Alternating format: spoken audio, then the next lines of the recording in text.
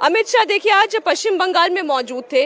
हुबली में वो एक सभा को संबोधित कर रहे थे। इस सभा को संबोधन करने के दौरान उन्होंने ममता बनर्जी के ऊपर वार किया।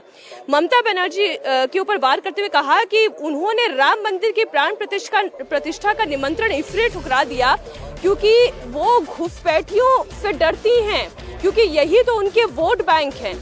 जरा आप देखिए किस तरीके से आज अमित शाह ने पश्चिम बंगाल के हुबली से ममता बनर्जी की राजनीति को लेकर वार किया। जरा सुनिए उसे। ममता दीदी मुल्ला मौलवियों को साथ में रहकर यहां सद्भावना यात्रा निकाल रही थी। राहुल बाबा भी नहीं गए, सोनिया गांधी भी नहीं गई, खड़गे भी नहीं गए, अभिषेक बनर्जी भी नहीं। मैं पूछना चाहता हूं श्रीरामपुर वालों, आपको मालूम है ये लोग प्राण प्रतिष्ठा महोत्सव में क्यों नहीं गए? मालूम है आपको? मालूम है? नहीं मालूम है ना? मैं बताता हूं। वो अपनी वोट बैंक से डरते हैं, वोट बैंक से। उनकी वोट बैंक कौन है मालूम है? कौन है? अरे मां, माटी और मानुस, इसके नारे के साथ ये ममता दीदी सत्ता में आई थी, मगर मां, माटी, मानुस का नारा तो गुम हो गया। मुल्ला, मदरसा और माफिया का नारा आज बंगाल में जमीन पर उतर गया।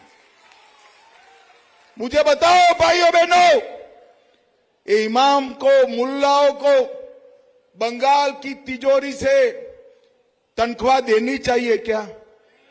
अरे जोर से बोलो, देनी चाहिए। हाई कोर्ट ने ना बोल दिया, ममता दीदी ने वक्फ बोर्ड से देने का काम किया। पूरे देश में रोहिंग्या घुसते हैं, ममता दीदी नहीं रोकती। राम मंदिर का विरोध करती है, दुर्गा विसर्जन के परमिशन नहीं। आपने सुना देश के गृह मंत्री अमित शाह का, और उनका वक्तव्य सीधा सीधा इस बात को लेकर था, ये जो वोट बैंक का गणित है और खासतौर पर ये पश्चिम बंगाल में है, वो उन लोगों का वोट बैंक है। एक तरफ उन्होंने मुल्ला यानी मुसलमानों की बात की, उन्होंने उनकी बात की जो कि पाकिस्तान से, बांग्लादेश से निकल कर आकर बंगाल में बस गए हैं। एक तरीके से उन्हें संरक्षण देने का काम ममता बनर्जी कर रही है। लेकिन ये तो बात हुई पश्चिम बंगाल की। हम है इस वक्त उत्तर प्रदेश में, और जब हिंदू मुसलमान वाली बातचीत होती है तो जरा कुछ और लोगों से हम बात कर लेते हैं। एक बात बताइए, पहले तो ये बताइए नाम क्या है आपका? मेरा नाम सुरेंद्र मोहनलाल गुप्ता है। तो सुरेंद्र जी, मुझे ये बताएं कि इस वक्त तो चाहे प्रधानमंत्री मोदी हो, चाहे गृह मंत्री अमित शाह हो, वो सीधा सीधा हिंदू मुसलमान वाली बात करते हुए दिखाई दे रहे हैं, लेकिन वोट हिंदू मुसलमान पर पड़ेगा या विकास पर पड़ेगा? वोट जो पड़ेगा वो पूरा टोटल विकास पे पड़ेगा, क्योंकि कोई भी जो भी योजनाएं आती है, कोई हिंदू और मुसलमान देख के नहीं किया जाता, सबको योजनाओं का। अच्छा, जब इतना विकास हो गया तो फिर हिंदू मुसलमान वाली बात क्यों हो रही है? ये तो भ्रमित करने वाले लोग हैं उसमें, और अमित शाह जी और मोदी जी ना थोड़ी ये सब बोलते हैं कि हम इनको नहीं देंगे ये योजना, उनको नहीं देंगे। वो तो सार्वजनिक योजनाएं आती है ना मैडम। अच्छा, सार्वजनिक योजनाएं आती हैं, तो भ्रमित करने का काम कौन कर रहा है? ये तो विपक्ष कर रहा है मैडम, गलत है। जो काम नहीं करता वो कर रहा है।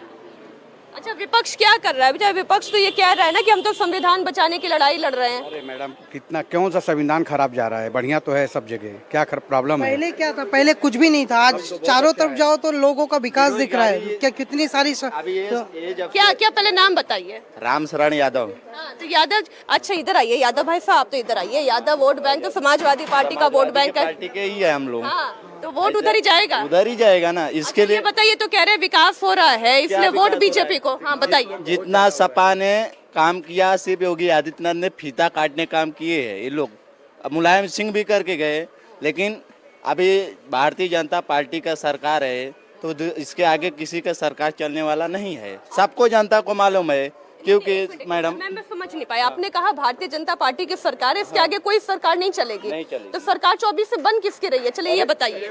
24 से चल रहे हैं, बीजेपी के चल रहे हैं। अरे रुको, आपस में क्या बोलना चाह रहे हैं? की आगे सरकार कोई नहीं चलेगी, तो काम कौन कर, सरकार कौन काम कर रहा है ये बताइए।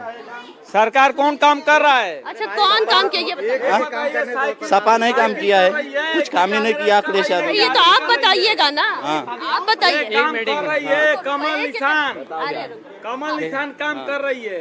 चिल्लाने से कुछ नहीं होगा। एक मिनट बात सुन लीजिए। अच्छा ये देखिए, इलाहाबाद डिग्री कॉलेज के छात्र हैं, ये यहाँ पर पहुंचे हैं, फर्स्ट टाइम वोटर बन गए ना, क्या बोलना चाहते हैं बताइए। मेरा एक क्वेश्चन है कि अरे 2 मिनट अरे भाई सुन तो लेने दीजिए। पढ़ाई लिखाई प्रयागराज से नीरज त्रिपाठी जीत गया। अच्छा ठीक है, आप बताइए क्या। 2 मिनट मेरा बात सुन लीजिए कि बीजेपी यूपी में आज तक कोई वैकेंसी क्लियर नहीं करा पा रही है। और दूसरी चीज, आप लोग जहां डेवलपमेंट हुआ है वहां पे कवर करने आ गए हैं, और जहां पे डेवलपमेंट नहीं हुआ है वहां पे आप लोग कुछ कवर ही नहीं कर रहे हैं। देखिए ये मुद्दे की बात हुई। अरे सुनिए, आप समाजवादी पार्टी का पक्ष रख नहीं पाए, इस युवा ने रख दिया।